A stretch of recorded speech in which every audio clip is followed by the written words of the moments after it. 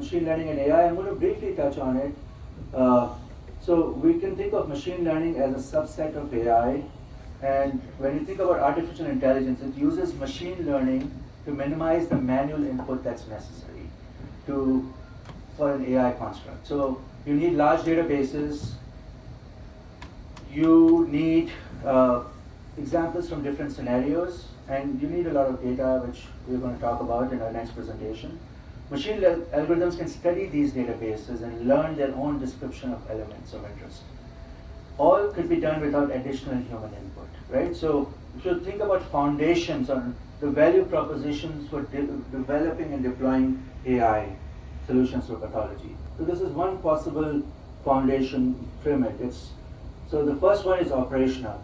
Whole slide images workflows in place is an enabling step. I clearly think that this is a given now, right? You have amazing machines out there which can scan slides. It's a no-brainer. So that's the operational task layer of the foundation pyramid. The second one is quality systems. So you can autonomously detect the quality of the system. You use simple algorithms as functions to drive image quality. We asked these questions just now. How do you know this is a good quality image or not? The third layer is identifying single features. What is the size of this nucleus? What is the color of this cell? How many cells are positive? Is there H. pylori present? Is there mitosis present? That's the third layer. The fourth layer is multivariate features analysis, including images and omics data. And images are all pixels, so it's pixelomics data. So generation of ground truth images and segmentation is a key step which enables this pyramid. The final one, which is the turnkey system which yields diagnostic recommendation, is this cancer. What kind of cancer is it? How big is it? All these are multivariate feature extractions, which builds the turnkey system, which yields the diagnostic recommendations.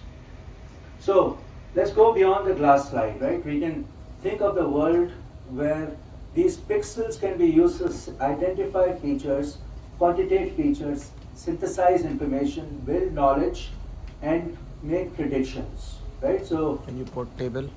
You have an expansion of the data set, and this is underutilized or overlooked information which is generated. So these are four algorithms that we are working at Ohio State. We are finding metastatic cancer in lymph nodes. We are detecting and grading prostate cancers.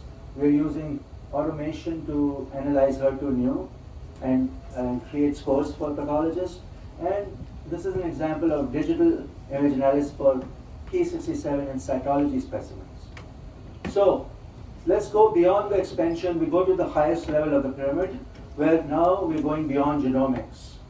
You know, when you think about proteomics, we think about genomics. Now we are in pixelomics. Pixelomics is basically taking these pixels and separating these pixels into pipelines of knowledge. This could be used for diagnosis. It could also be used to build prognostic and predictive applications. So 5 things that we are using today already is pattern recognition and image analysis, detecting the diagnosis, finding the staining pattern, detecting the patterns, finding the features like perineural invasion. Dr. Talat has done a study on perineural invasion using whole slide images. Identify biomarkers that may be indicative of disease, and these are all one-step algorithms. So 2 weeks ago I did an experiment. I took an unstained slide, I scanned it. Unstained Slide, scanned it, built an H&E image from that unstained slide. Then I took that unstained slide's H&E image, which was computationally generated, and I put another algorithm on top to find mitosis. This is the answer of your question. So, works beautifully. It worked beautifully. It only worked on 20 cases. I need to do it on 20,000 cases to make sure it works all the time. But it does work. So we can now look at this dots, all these dots. You know, there was a time when we used to count these cells. I mean, we still do. We're supposed to count them. But if I ask every pathologist in the room, they're going to give me a different answer. Right? How many blue dots are there? But we can, thank God we have algorithms which can quantitate this in real time. This is an algorithm that we use today in my lab to look for metastatic cancer in lymph nodes. So it launches from the image. So this is an example of a tumor. Can you see the cancer in this? So the AI could see it. So AI circled it for you. So do we trust it? Do I need immunostains? Are we comfortable we can sign it out? So no, we still did the immunostain, but it does confirm it. But the beauty of this is these scans were done in the night when the pathologist came to work. They already had this circle on the lymph nodes. So it saved them time. They went to the, like if you have a good resident or a fellow with you, they screen the cases for you and they circle it. The computer does it for you now. But what if AI missed that point? Just It is what the if you pathologist missed it? has to- What if you Yes, missed it that's right. Yeah. as a resident? I remember when I was first a resident at Hopkins, I went to my first GI session. I was standing out with Dr. Montgomery, and she asked me, "Is there H. pylori in there?" I said, "No." And the first slide she put on the stage was full of H. pylori. Good. I think the answer to that is that at this stage, at least, at this stage, digital pathology and all these technologies, they are available to us to make us more efficient and make us perform uniformly. Let's say if I was signing out cases like this, and it's 6 o'clock in the afternoon, after signing out 30 other large resections, and now we have a finding like that. I mean, we have all experienced that. We could easily miss this finding if we were just doing it We ourselves. can miss easily, yes. Doesn't matter how expert we are. Yeah, But if we have this, it's a safety net. option, so we use it for that purpose. We have to be very careful. So this is exactly what I was going to show you. So there are 3 places where you can use AI today, right? It's can be used pre-sign out to screen your cases. It can help you pre-order the immunohistochemistry. It can also be used during sign out as a digital assistant.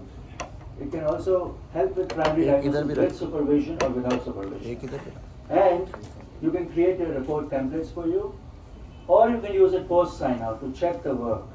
We actually did a study where we looked at 1,000 needle biopsies of the prostate, and they were signed out by the pathologist. We did AI on it, and we found 4 cases that were called cancer by the AI, which the pathologist had not called cancer. But we also found 8 cases where the AI called it cancer, but they were not cancer. So again, it's an evolution. But right now, I think it's a great screening tool. So you can see this is the workflow. This is a patient with breast cancer. This is invasive lobular cancer. So the computer can find that red areas are cancer, but it can also find a lot of attributes. Invasive cancer. It can create, is there lobular cancer? Is there in situ cancer? Is there calcifications? It can give you a mitotic rate. So all these information can be put into a template and go into the report. Finding mitoses, right? So that's another area which is very helpful. So in this field, the red boxes are the ones that AI has confidently called mitoses, 100%. The orange ones are, they're not sure, moderate percentage, and yellow are the ones they think it's not mitotic. What about hematology and HemePath? So we already have systems now which can classify these blood cells for you. So this is a Spotlight Pathology, is a startup company in the UK. This is a system that can detect acid-fast bacilli. So you can find areas of acid-fast bacilli. This is a system to find H. pylori using multitask learning. So H. pylori. So beyond whole slide imaging, right? Edge computing, 3D pathology, virtual staining, synthetic data creation. multi-model models, digital twins, clinical trials, and drug discovery. So we're going to touch on this in the next session. So let's talk about colon cancer, right? What is the journey today? You get a patient with colon cancer,